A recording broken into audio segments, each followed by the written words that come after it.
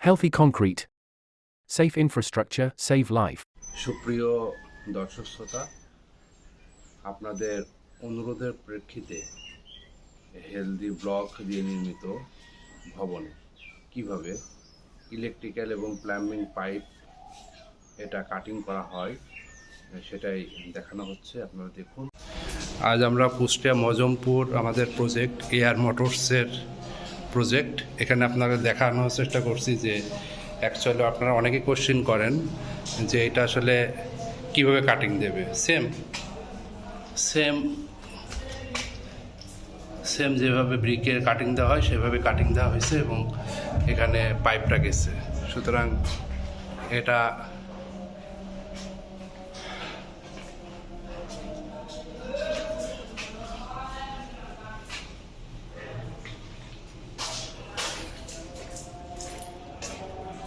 same cutting, এই যে same cutting যেভাবে কাটিং করছে